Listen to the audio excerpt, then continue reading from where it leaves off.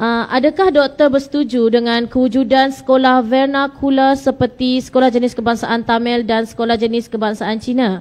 Ini kerana rakan saya mengajar di sekolah menengah kebangsaan mengalami masalah untuk beri penerangan kepada pelajar Cina dan India yang datangnya dari sekolah jenis kebangsaan. Soalan kedua, masalah perpaduan masih lagi wujud kesan daripada kewujudan sekolah jenis kebangsaan. Mohon pandangan. Dan yang soalan ketiga, kebanyakan pelajar dari sekolah jenis kebangsaan kurang mempunyai semangat nasionalisme atau bahasa mudahnya chauvinis. Itu sahaja. Terima kasih, Doktor. Terima kasih ya. Semua soalan ini berkait rapat dengan kewujudan sekolah vernakular ya, sekolah jenis kebangsaan. Saya memang tahu isu ini adalah isu yang sensitif ya di Malaysia. Tapi persoalan pertama yang menyatakan bahawa pada pendapat mereka, adakah pendapat itu berasas, itu sangat penting. Kenapa saya tanya persoalan ini? Isu perpaduan bukan masalah isu sekolah vernakular. Isu perpaduan ialah isu bangsa kita. Kita perpaduan intrakaum pun tak ada, perpaduan interkaum pun tak ada. Masalah ini wujud bukan kerana masalah sekolah jenis kebangsaan. Masalah ini kerana masalah dari segi akar umbi itu ada masalah. Mudah saja, melentur bulu, biarlah dari rebung. Murid-murid ni melangkah ke dalam sekolah ketika 7 tahun. Ya, berumur 7 tahun. Sebelum itu, selama 6 tahun, mereka dengan ibu bapa. Adakah ibu bapa mereka sebenarnya telah berusaha untuk menerapkan jati diri kebangsaan dalam jiwa mereka? Itu persoalan penting. Ya, banyak cabaran saya lontarkan, saya tak sentuh masalah vernakular kerana saya nampak masalah sekolah vernakular ini ialah masalah sampingan yang cuba dipolitikkan di Malaysia bagi saya. Masalahnya senang. Kalau saya bagi contoh diri saya, kena bercakap dengan fakta ini mudah. Saya dari sekolah kebangsaan. Mungkin anda anggap saya ni agak baik bahasa kebangsaan. Saya tak boleh kata saya ni pakar bahasa. Saya masih belajar. Agak baik bahasa kebangsaan kerana saya ini dari sekolah kebangsaan. Sebenarnya fakta itu salah. Saya di rumah menggunakan sepenuhnya bahasa Tamil. Di sekolah, saya sekolah di Negeri Sembilan. Di kawasan Felda. Kami menggunakan logat Negeri Sembilan. Setiap hari bertutur. Dari mana pula berkembangnya bahasa Melayu di situ? Yang berkembangnya logat, berkembangnya perpaduan kami ia berkembang. Tapi berkembang perpaduan kerana sikap sendiri. Bukan masalah bangsa. Ya, so semasa zaman sejarah, waktu zaman sejarah pun lagi nampak polarisasi kaum, perbezaan yang jelas dalam aspek bangsa. Kita sekarang ni, lagilah kita nampak seperti kita dah berasimilasi sedikit ya. Nampak kita boleh duduk bersama, orang Melayu pun tak nampak Melayu, kadang-kadang nampak Melayu tapi sebenarnya India. Ya, sebab kita je orang Malaysia pelik. Sebab kita panggil Cindian, Cina plus Indian ya. Cina bergabung dengan India, anaknya nampak macam Melayu. Orang Malaysia je ada keunikan begitu. Tapi masalah perpaduan ini timbul ialah masalah kerana sikap kita. Jadi bahasa saya berkembang kerana semangat cinta saya terhadap bahasa. Saya melihat orang-orang bahasa bercakap dan saya mula mengagumi mereka. Kerana kagum akan bahasa, akhirnya saya cuba mengorak langkah untuk ya, berkecimpung dalam bidang bahasa. Ya, bukan alasan begitu. Dan masalah yang kata sekolah vernakular dan sebagainya. Bagi saya macam ni. Masalah perpaduan yang saya nampak di sekolah ni ya, masalah perpaduan kerana saya kata pertama, adakah sistem kita mewujudkan perpaduan dengan jelas? Itu sangat penting. Selepas sekolah jenis kebangsaan, mereka akan mengharungi sekolah kebangsaan, sekolah menengah kebangsaan ya. Ketika itu, apakah sistem yang wujud untuk memastikan mereka semua ini menjadi rakyat yang bersatu padu? Dalam mata pelajaran apa semangat kesepaduan nasional ini diterapkan? Itu persoalan penting. Setakat ada mata pelajaran bahasa Melayu, setakat ada program berkala, mampukah ya, program-program sebegini mewujudkan kesepaduan atau keutuhan nasional? Tak boleh. Kita kena ingat ya, ini satu perkara. Yang keduanya kita lihat sejauh mana pengajar atau pendidik di sekolah sendiri yang mampu untuk mewujudkan perpaduan dalam kalangan kaum. Sebab kita sebenarnya, anak murid kita ni ialah anak kita. Kalau kita didik anak kita ni 100%, anak murid kita ni kita kena didik 200%. Sebab tanggungjawabnya kita lebih besar. Dan kita kena sentiasa memastikan arus pembelajaran itu mengintegrasikan mereka. Bukan menyisihkan mereka. Jadi masalah yang diwujud di sekolah menengah kebangsaan ini, kalau boleh tunjukkan dengan fakta, sebab banyak yang kata sekarang ya, sekolah vernakular ini menjejaskan perpaduan rakyat.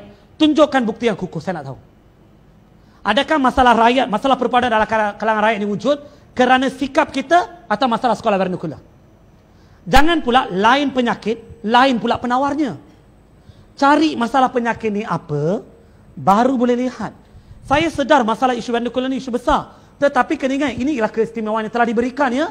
Satu, istimewaan. Satu, bila kita bercakap isu kontrak sosial. Kita bercakap tentang keistimewaan Raja-Raja Melayu.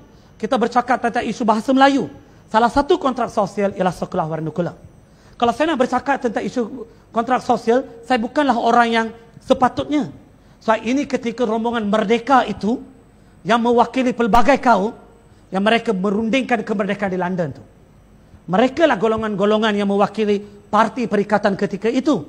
Wakil MCA, wakil MIC, ya, wakil Barisan Nasional yang telah memperjuangkan kemerdekaan negara. Nafas semangat mereka itulah yang sepatutnya kita kena ambil kira. Jangan kita cuba ya mengucar-kacirkan sejarah negara dengan hanya membangkitkan sekolah vernakular ini sebenarnya menjajaskan perpaduan rakyat. Kalau itu tomahannya, kenapa tak? Kenapa tidak ya? Sekolah antarabangsa menjejaskan perpaduan rakyat. Kenapa tidak sekolah agama menjejaskan perpaduan rakyat? Sebenarnya tidak. Sekolah tidak akan menjejas. Mana mungkin institusi pendidikan yang mulia menjejaskan perpaduan rakyat. Yang menjejaskan perpaduan rakyat ialah satu, sikap kita yang paling penting. Kedua, cara didikan kita. Mudah saja sekarang. Kita ni dengan jiran pun kita tidak bertegur sapa. Adakah kerana kita semua sekolah kebangsaan, kita ni bersatu padu dengan seluruh rakyat Malaysia? Tipu. Ini fakta yang saya anggap penipuan semata-mata. Banyak saja saya nampak pemimpin negara datangnya daripada sekolah kebangsaan. Mereka ini yang sebenarnya pun ada masalah untuk bergaul dalam bahasa kebangsaan. Mereka ini yang sebenarnya ada masalah untuk berintegrasi dengan orang lain. Ya, jadi masalah sekolah vernakular ni saya tak nampak sebagai masalah perpaduan sebenarnya.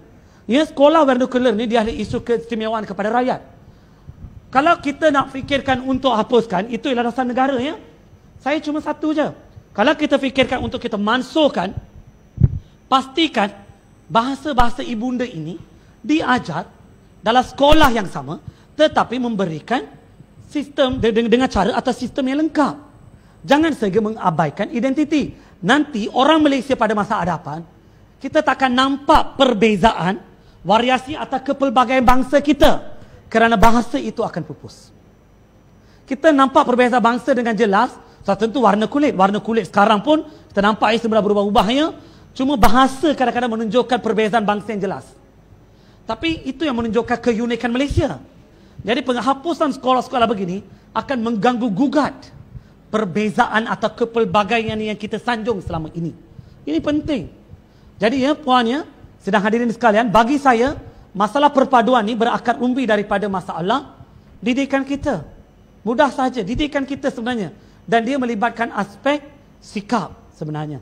Golongan-golongan yang bercakap yang melalui proses ya, sistem pendidikan kebangsaan, sekolah kebangsaan. Saya bagi contoh kita semua ni, yang golongan bekerja sekarang, kita melalui sekolah menengah kebangsaan. Kita belajar dalam bahasa Melayu sebagai bahasa pengantar utama. Kita yang sebenarnya menggunakan bahasa Inggeris di rumah. Adakah anak kita daripada sekolah kebangsaan, kita daripada sekolah kebangsaan, anak kita belajar di sekolah kebangsaan, tetapi anak kita ni jati diri kebangsaan dia tinggi? Tak. Kebanyakan golongan yang saya lihat ya, yang menggunakan bahasa Inggeris sepenuhnya di rumah, ialah golongan yang sebenarnya melalui sistem pendidikan kebangsaan yang sebenar. Kita sebenarnya sebab kita rasa, saya dulu susah nak belajar bahasa Inggeris. Sekarang kena ajar anak saya dengan cara bertutur bahasa Inggeris di rumah. Itu cara mereka. Tapi itu salah ya di situ.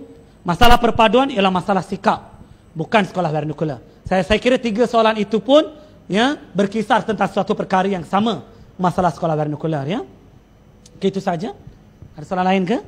Kalau tak ada, itu saja. Sekian, terima kasih. Baiklah, terima kasih doktor. Jadi jika ada para hadirin sekalian untuk nak beri soalan, saya buka. Ada ke? Okey, baik doktor. Tahniah saya ucapkan kerana jumlah tontonan kita selama kita mula tadi adalah sebanyak 44,867 tontonan. Tahniah diucapkan. Okey. Baiklah, terima kasih diucapkan kepada Yang Berbahagia Profesor Madya Dr. Ramalingam. Semoga perkongsian ilmu itu tadi dapat kita manfaat dan meluaskan lagi pandangan kita dalam bahasa Melayu yang melambangkan identiti bangsa dan negara agar bahasa Melayu ini dapat kita pertahankan, insya-Allah. Jadi baiklah, majlis diteruskan, berbesar hati untuk meneruskan memberikan sedikit tanda kenangan sebagai penghargaan dan ucapan terima kasih kepada penceramah kita kerana telah sudi hadir dan berkongsi ilmu untuk kita pada hari ini. Majlis dengan ini menjemput Yang Berbahagia Puan Haja Asmiah binti Haji Ajmain, Ketua Bahagian Peristilahan dan Leksikologi untuk menyampaikan